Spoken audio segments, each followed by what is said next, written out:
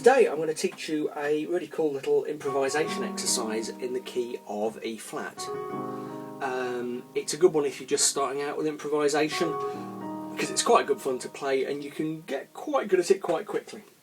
Okay, let's play through it a couple of times and you can see what I'm talking about.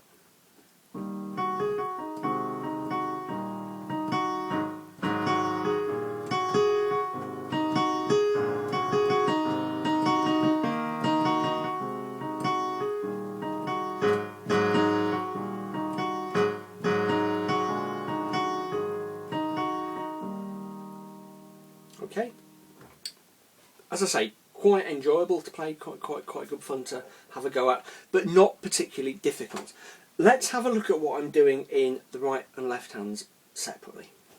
Okay, in the right hand I'm only using 3 notes. Now if you've looked at some of my earlier videos on getting started with improvisation, you'll know that a really good technique is to limit the number of notes you're using, because then instead of having kind of the whole keyboard to play with when it's, you know, you have a huge amount of choice and it's really scary, you've only got 3 notes. Okay, a really good way to start this exercise if you're really new to this kind of thing is just by playing around with those 3. Sit down at the piano and come up with some funky patterns. The notes, of course, are E flat, G flat and A flat. Just sit down for a while. This won't come naturally at first, but give it a go.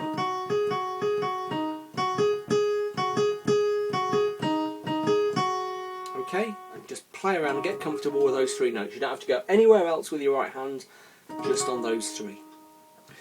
In the left hand, I'm playing quite a simple chord sequence. Now, if you're not at all familiar with chords, some of this might baffle you a little bit, in which case have a look at some of my earlier videos. I've done several on really basic harmony, on piano chords, and I've put them in playlists which I'll link out from this video. Okay, so if you find that what I'm talking about here is a bit of a mystery to you, head back and look at those. It's not at all complicated, you'll pick it up fairly quickly and you'll be able to come back here, but it is worth knowing some basics if you don't have them. Okay, so a very simple chord sequence, and it goes like this. E flat, A flat, E flat, A flat, E flat, A flat, B flat, A flat, and that's it. Okay, because it just loops over and over and over. Let's go through it again, a little bit more slowly. E flat, A flat, E flat, A flat, E flat, A flat, B flat, A flat. Okay, and there were just 2 beats on each chord, so we're going E flat, A flat, E flat, A flat, E flat, A flat, B flat, A flat, back to E flat. Okay, you'll notice I'm playing each chord slightly differently each time in what we would call a different inversion. Okay, so to take E flat as an example, that is a tonic triad of E flat. That's first inversion, that's the second inversion. Like I say, if you're not sure what inversions are and how they work, check out my earlier videos. Okay, and those different inversions are part of the beauty of this exercise. We'll come on to that in a second. Now when you're just putting your hands together for the first time, take it really slowly and just play the chords in a very simple way, okay? Maybe just as triads. Okay, so E flat, A flat, E flat, A flat, E flat, A flat, B flat, A flat. If you're really struggling to get that together, you just start off with 1 note in the right.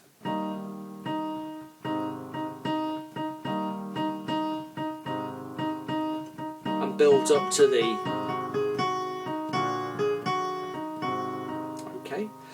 As I say, if you're beginning and you're finding that a bit of a struggle, stick with it and play it over and over and over and over again until it begins to kind of become second nature and your fingers start to do the thinking for themselves.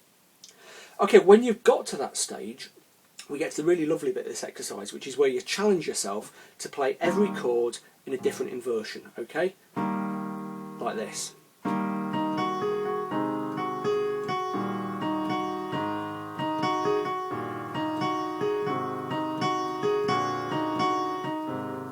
See, I'm never going back to the same chord sequence, the same chord shape.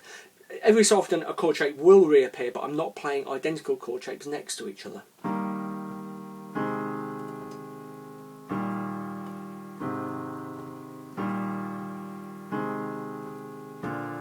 Okay?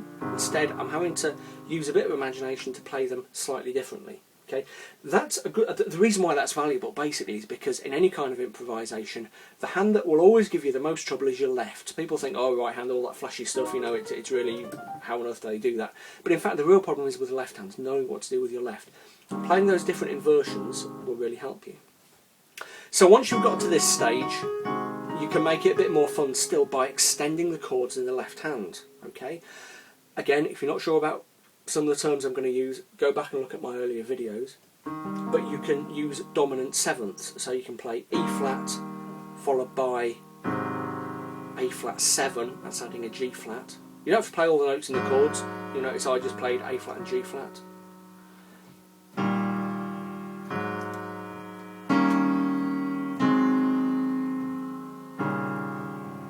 Okay, so that's a cool thing to do. You know, you can get some really nice sounds and effects doing that. The other thing that's really worth trying is to vary the fingers you're using on here. One of the big problems a lot of improvisers have, and this is improvisers at every level, is that they have a lot of strength in their right hand thumb, first finger and second finger. Okay, so to give it its proper fingering number in 1, 2 and 3. Okay, but then they have a really weak 4 and 5. Okay. If you're a classical player, you shouldn't have that problem because you're playing a lot of sort of sort of Bach and Mozart and whatever, where 4 and 5 are used a lot. But if you're improvising most of the time, it's really easy to neglect those two little fingers. So do the whole exercise every now and then using those fingers instead.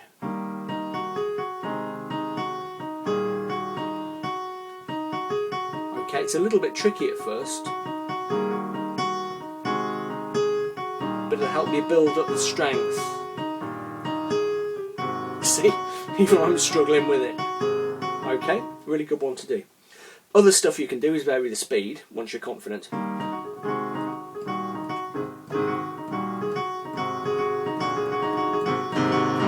Okay, put a bit of rhythm like I was doing there in the left hands.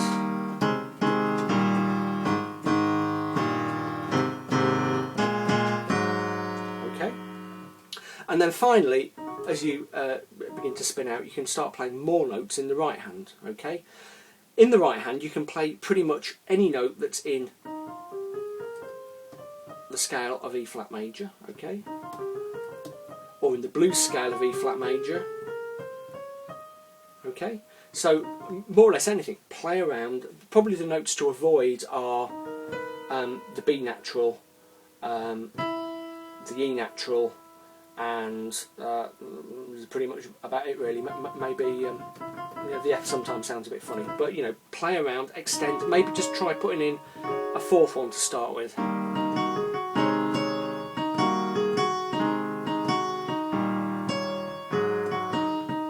Okay, so it's a sort of exercise where you can take it really simply to start with, but then as you get more and more confident, you can kind of build up. Okay, excuse me. So a couple of quick reminders: if you're not sure about chords, scales, how these things work, check out my really basic harmony and piano chord videos, okay? Or buy my book. You might be interested in buying my book. All that's explained. I'll include a link to the book as well.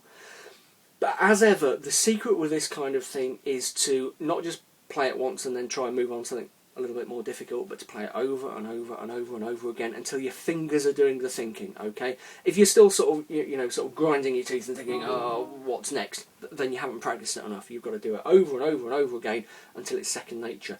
And when it becomes second nature, you'll be able to move on to doing more complicated stuff with that fairly strong foundation.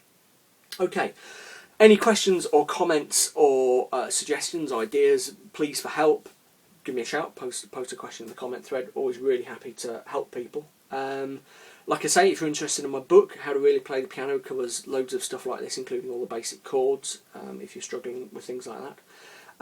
But yeah, there we go. I'm going to post some more improvisation exercises soon because I know they're always popular, so keep your eyes peeled, subscribe to the channel, and I hope to see you on here again soon. Okay, thanks very much.